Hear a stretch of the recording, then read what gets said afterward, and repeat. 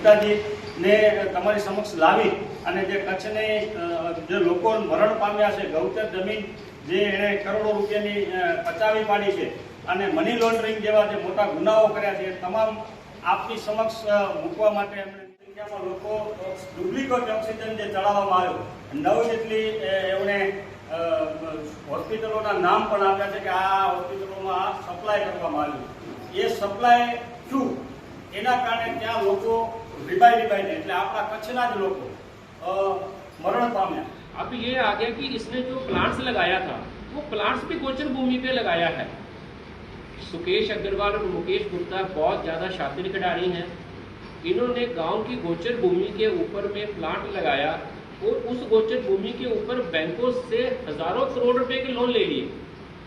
गोचर भूमि के ऊपर में लोन कैसे मिले? पंजाब नेशनल बैंक की मैंने कोई डिपार्टमेंट पंजाब नेशनल बैंक का सरकार का नहीं छोड़ा जहाँ पे मैंने ये फरियाद नहीं किया कि हम लोग आप लोग जो ये पैसा आदमी को दे रहे हो कम से कम उस जमीन की असलियत को जांचो। पर आगे क्या हो रहा है? आगे से आगे ये हो रहा है कि जैसे ये मैंने मोदी जी को लेटरें लिखी, सब चीज़ लिखी, सब डॉक्यूमेंट्स लिखे, इसमें सब पेपर्स का वेरवा लिखा। उन्होंने आगे राहुल नवीन जी जो हमारे ईडी के डायरेक्टर हैं इन्फोर्समेंट डिपार्टमेंट के, उनको इंक्वायरी मार्क कर दी।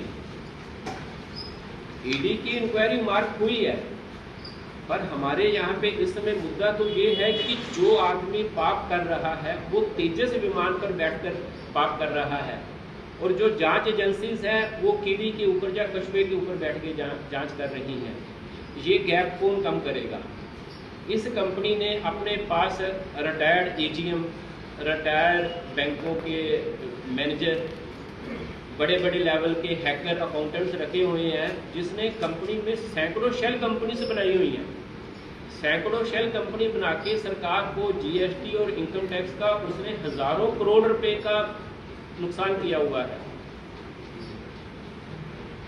क्या सरकार के से ये लोग ज्यादा तेज हैं या भी नहीं है? तो फैक्ट्री को सील करके उसके ऊपर में एक्शन लेना चाहिए। उसके जो सेठ हैं उनको उसी समय अरेस्ट करके उनके ऊपर में कार्रवाई करनी चाहिए। लाइसेंस लेने के लिए उन्होंने लोगों की डिग्री, भूतिया डिग्री लगाई, ये तो डिपार्टमेंट को प्रूफ हो गया। लाइसेंस लेने के लिए भूतिया लेबोरेटरी दिखाई, ये प्रूफ हो गया। कम से कम इसी के बेस पे एफआईआर काट के उनको अरेस्ट करके फिर उसका इफेक्ट क्या पड़ा इसकी जांच होगी। इसकी बजाय अगर उनको ये कह दिया जाए जी आप मेडिकल का उत्पादन बंद कर दो, आप मशीनरी निकाल दो, आप जो बंदे थे ही नहीं वो भी घर चले जाए, तो फिर तो ये मेकअप हो गया ना जी, बात को निपटाना हो गया जी। पेशेंट्स को दिए होंगे, जिस भी हॉस्पिटल वालों ने वो सिलेंडर लिए हैं उन्होंने उसके गुब्बारे तो फैलाए नहीं है जी, उन्होंने दर्दियों को लगाए हैं। अब वो दर्दी का क्या बना? वो दर्दी कौन है?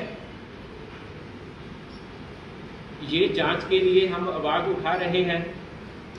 मेरे को तो ये भी शंका है कि वो तो बापड़ जी ने मेरे को बोला है कि आप डरिए ना, हम आपकी आवाज सामने रखते हैं। मेरे को तो ये शंका था कि ये आदमी मेरे को मरवा देगा या मेरे को आदमी ये गायब कर देगा।